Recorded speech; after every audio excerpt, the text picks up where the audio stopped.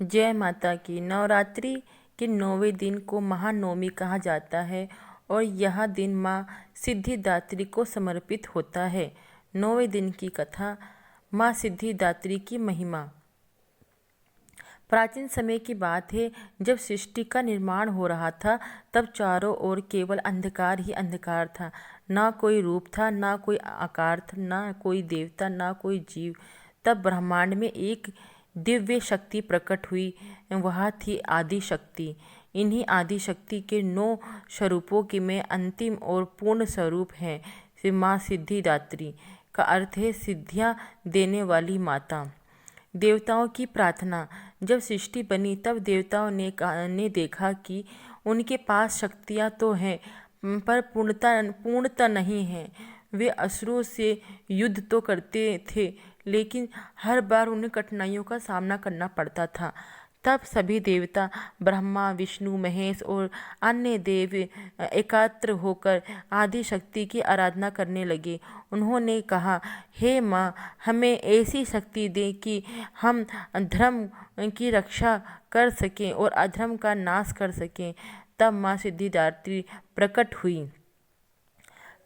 माँ का दिव्य स्वरूप। माँ सिद्धिदात्री कमल के आसन पर विराजमान होती हैं।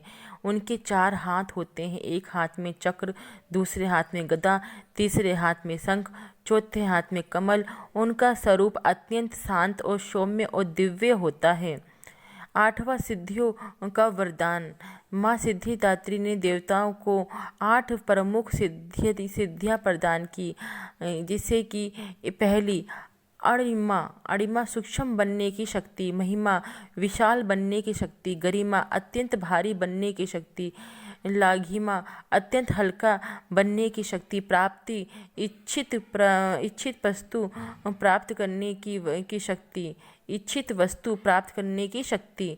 6 पराक्रम, इच्छाओं की पूर्ति करने की शक्ति, ईर्षित शासन करने की शक्ति, वशित्व नृत्य करने की शक्ति।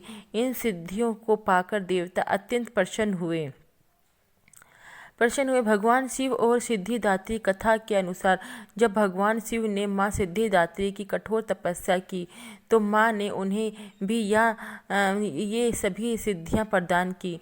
इस कारण भगवान शिव का आधा शरीर देवी का हो गया और वे अर्धनारीश्वर कहलाए, जिसमें आधा से भाग शिव का और आधा भाग शक्ति का हो गया। जिससे यह संदेश मिलता है कि शिव और शक्ति एक दूसरे के बिना अधूरे हैं। असुरों का संहार। जब असुरों ने तीनों लोकों में अत्याचार बढ़ा दिया, तब देवताओं ने माँ सिद्धिदात्री का श्रवण किया। माँ ने अपनी दिव्य स्वरूप के असुरों का नाश किया और संसार में पुनः शक्ति स्थापित की। भक्ति का महत्व। माँ सिद्धिदात्री केवल सिद्धियाँ ही नहीं देती, बल्कि अपने भक्तों को ज्ञान, विवेक, आत्मबल और मोक्ष का मार्ग भी प्रदान करती हैं। जो भक्त सच्चे मन से उनकी पूजा करता है, उसे जीवन में किसी भी चीज़ की कमी नहीं रहती। कन्या का पूजन का महत्व। नवरात्रि में 9वें दिन कन्या के पूजन किया जाता है।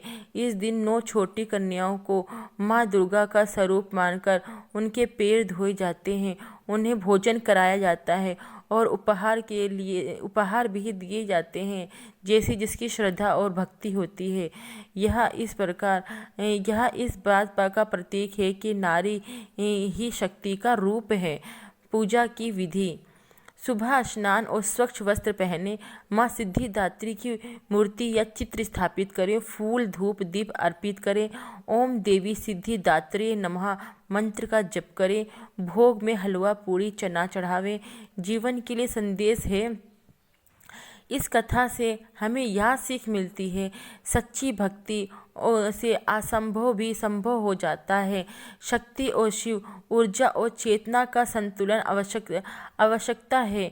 अहंकार का अंत निश्चित है। नारी के सम्मान ही सच्ची पूजा है। नारी का जो सम्मान होता है वही सच्ची पूजा होती है।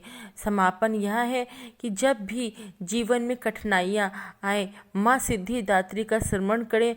उनकी कृपा से हर बाधा दूर हो सकती है और जीवन में सिद्धि, शांति और सफलता प्राप्त होती है। बोलो सिद्धिदात्री माता की जय। बोलो जय माता की। बोल साचे दरबार की जय।